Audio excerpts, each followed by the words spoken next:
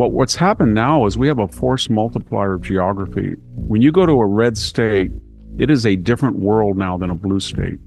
And even Yes, the it is. interior of California in the San Joaquin Valley, I commute to Stanford 3 hours from my farm. It's a different world. I'm on my farm today. People seem normal.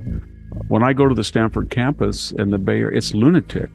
And there's another dimension. The blue state model is not working. Their fertility rate's about 1.4. Red states are about 2.0. The cities are broke. The pension systems can't be saved. They're regulating themselves out of affordable housing. People are fleeing. 4 million people a year flee blue states to red states. So, and that only intensifies the divide, because most people say, I'm not going to stay here in California and fight to save it. I'm not going to stay in Minnesota to save it. These places are lost.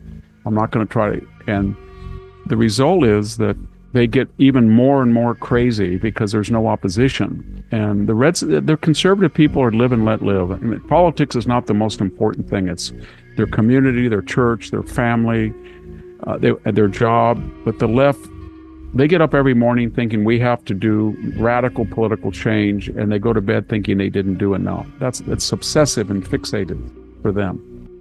And so, but they're losing, and I think that's a really important point. They're losing the cultural battle, they're losing the political battle, and they're becoming more and more violent and embittered and looking for alternate means to acquire power.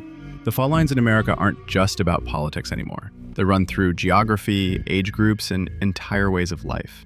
While certain states embrace tradition, self-reliance, and growth, others are spiraling into decline. What used to be golden is now a cautionary tale. Cities once praised for innovation are buckling under their own policies. The privileged still live in bubbles, buffered by security and illusion. But deep down, they sense the unrest. They see the cracks forming. Power is no longer enough to mask failure. What's rising in their place isn't flashy. It's rooted, resilient, and real. A new foundation is being laid across the heart of the country, quietly, steadily. And when the collapse comes, that foundation will stand. Well, here in California, we lose 300,000 people, and most of the studies show they're conservatives. But that being said, I mean, we overwhelmingly reified Prop 209 that we won't use racial criteria in hiring and admissions. We repealed the $950 free looting law, and we elected an old-fashioned liberal Democrat as a mayor in San Francisco, and San Francisco rejected, as you know, a left-wing, basically a communist, Boudin at first, and then Gascon and Boudin. Mm-hmm. They got rid of both of them. And LA did the same thing with Gascon. So there are people who, I don't know whether they're scared or they're aware of the danger, but they feel that if these people continue, the Democratic Party will be in danger. And and they're in danger. I think a lot of people on the left who are very affluent, that's the party of affluence, they felt their zip code, the letters after their name, their degrees, their career, their titles would insulate them from this stuff. You know, we're going to support teachers unions. Our kids are going to go to private school. We live at 70-degree coastal weather. You have 40 cents kilowatt.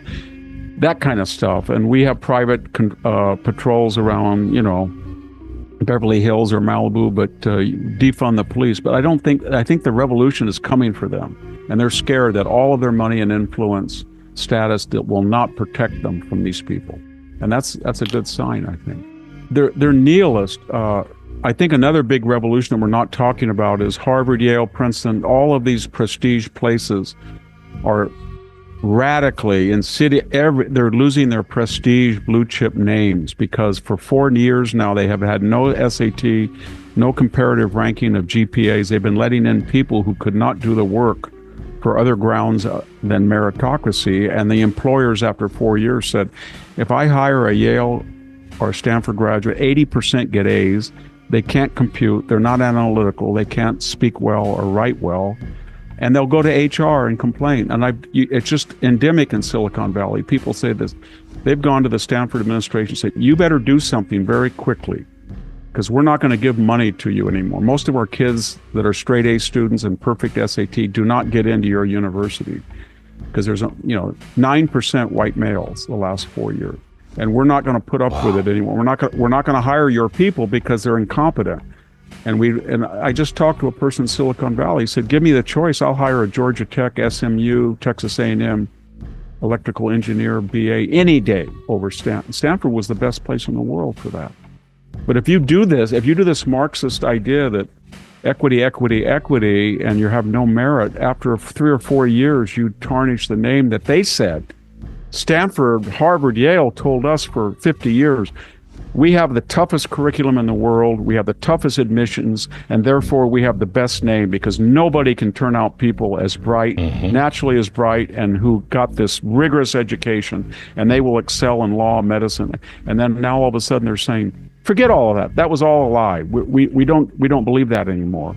So if they don't believe it, and the results are that it's not true, then the employers say, well, okay, we agree with you. You have other criteria, but we just don't want them because they're incompetent. And that's happening. In this video, Victor Davis Hanson lays bare a reality most are too afraid to admit. The divide in America is no longer just political. It's cultural, economic, and civilizational. He paints a clear picture of a crumbling elite structure built on illusion and sustained by denial.